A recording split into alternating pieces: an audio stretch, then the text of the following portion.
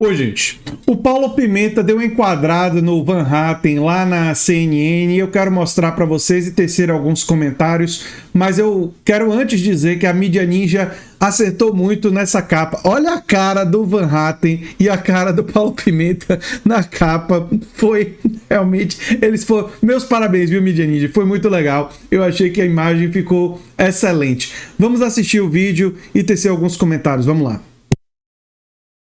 Paulo Pimenta classificou como demagógico e mau caratismo a tentativa da CPMI do INSS de convocar o irmão do presidente Lula após o sindicato em que atua ser alvo de uma operação da Polícia Federal. O deputado rebateu as mentiras de Marcel Van Hatten ao vivo na CNN, afirmando que se trata da ação de uma oposição atordoada que tenta atingir o governo. Isso é um misto de demagogia com mau caratismo, né? O irmão do presidente Lula não é investigado, não consta em nenhum inquérito, nunca foi citado em nenhuma investigação, nunca exerceu funções administrativas ou financeiras do sindicato. Passou a compor a diretoria em 2024, quando as irregularidades que estão sendo investigadas ocorreram principalmente em 2019, 2020, 2021, 2022. Uma pessoa de mais de 80 anos, que vive uma vida franciscana, que não tem posses, que não tem riqueza. É uma pessoa extremamente humilde, respeitada e mais honesta do que qualquer um desses integrantes da CPI que fazem parte da oposição. É uma tentativa de atingir o presidente Lula, é uma tentativa sem limite, como fizeram ontem, né? Impedindo que o Brasil pudesse avançar na cobrança de impostos das bets, dos bancos e dos bilionários.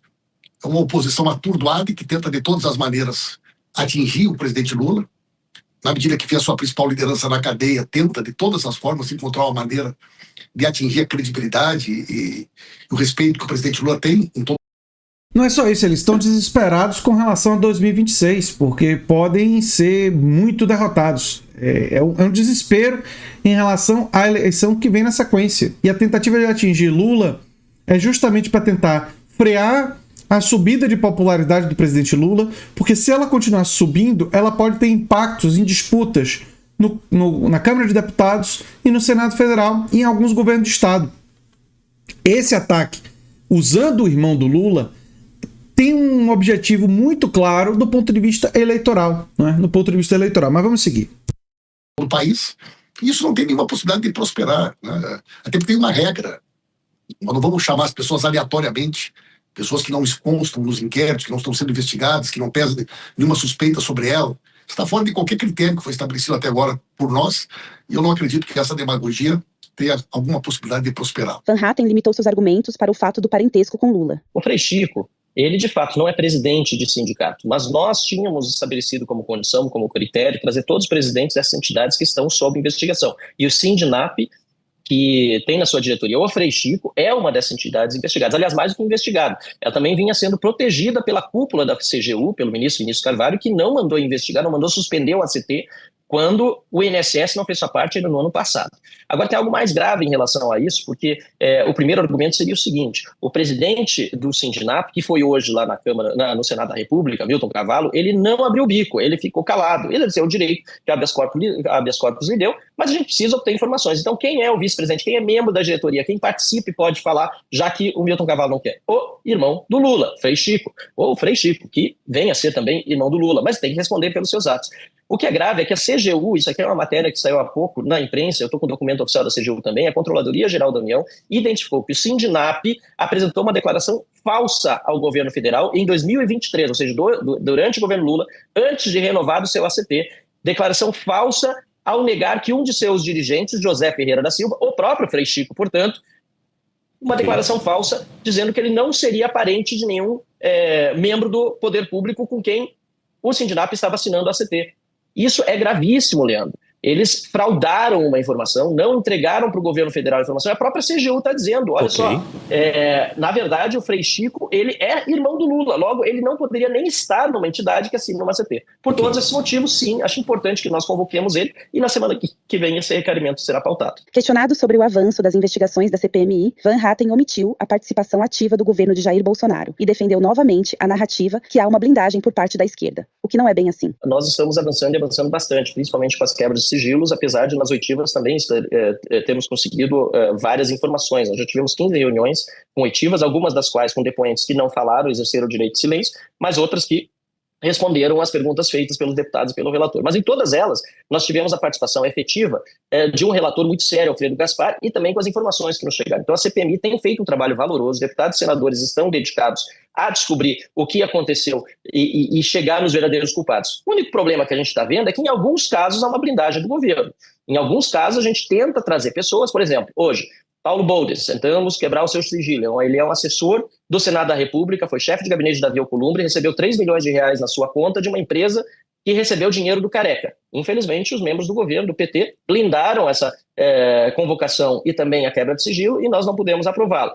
Na semana passada, nós tentamos também o senhor Gaspar, trazer que é um ex-assessor do senador Weverton, cujo carro teria sido vendido a mando do próprio Weverton, e um carro que, segundo a Polícia Federal, um carro de luxo, seria também um carro fruto do roubo dos aposentados do INSS. Então, nós estamos vendo que há uma tentativa de blindar certos convidados e certas empresas, como a Orleans, que é uma empresa de turismo da cidade de São Bernardo do Campo, cidade do Lula, e que, sendo uma empresa de turismo, nos choca que tenha também carros de luxo, tem uma série de transações feitas com essas empresas de fachada, dessas entidades, e lamentavelmente a gente vê que o governo Lula tem feito um esforço para blindar alguns dos depoentes e alguns dos pedidos de sigilo, né, e lamentavelmente nesses casos a gente tem perdido.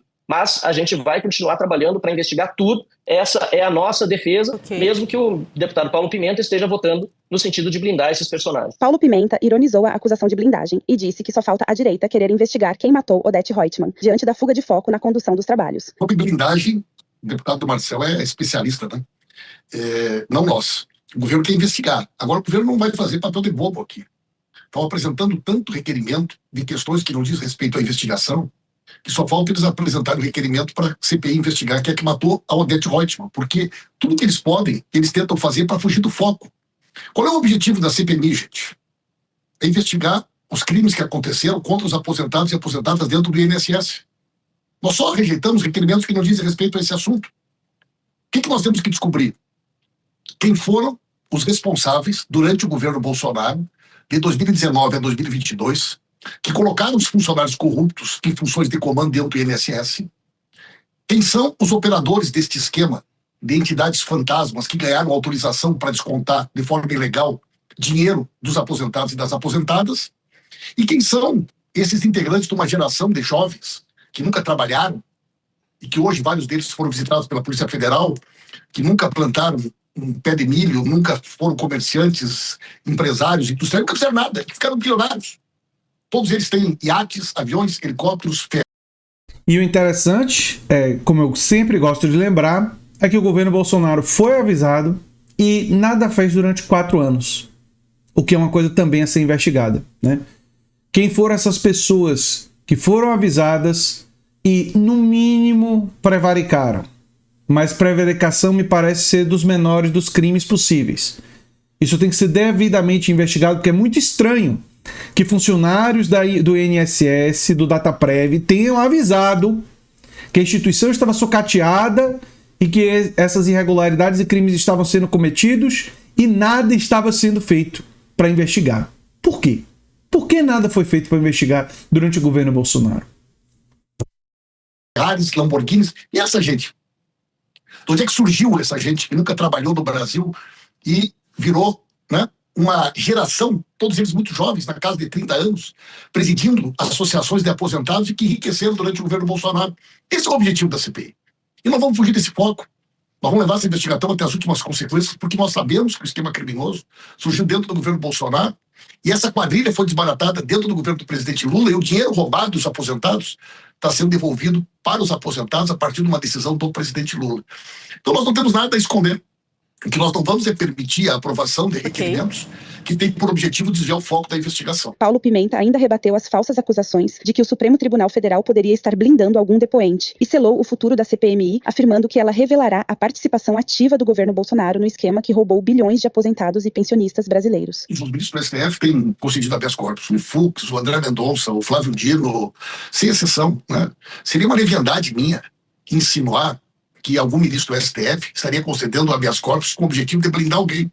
Seria até desrespeitoso com relação ao Supremo Tribunal Federal, porque eu não acredito que nenhum ministro se porte dessa maneira. É uma interpretação da Constituição, do Estado Democrático de Direito, e não cabe a nós aqui ofender, agredir ou levantar suspeição sobre a conduta dos ministros do STF por conta da concessão do habeas corpus, como eu já disse, gente. Nosso objetivo aqui é descobrir quem é que roubou os aposentados e aposentadas, e a gente vai fazer isso. Vai levar essa investigação até as últimas consequências, e eu tenho certeza que nós vamos provar, né, que foi durante o governo Bolsonaro que essa quadrilha tomou de assalto o Estado brasileiro. Vamos rastrear o dinheiro e vamos chegar com certeza, né, aonde que foi parar esse dinheiro, e com certeza não é gente ligada ao PT, não é gente ligada à esquerda que enriqueceu durante todos esses anos roubando dinheiro dos aposentados e das aposentadas. Belíssima porrada do Paulo Pimenta, né? Belíssima porrada do Paulo Pimenta. Mas é isso aí. Eu acho que a explicação maior que eu gostaria muito de saber, né, é que a CPI deveria pressionar, fundamentalmente, por que essa investigação não aconteceu se os crimes são tão antigos? Eu quero a resposta para essa pergunta. Eu quero a resposta para essa pergunta. E se você quer a resposta para essa pergunta, ajude esse vídeo a chegar a mais pessoas para a gente continuar pressionando e perguntando.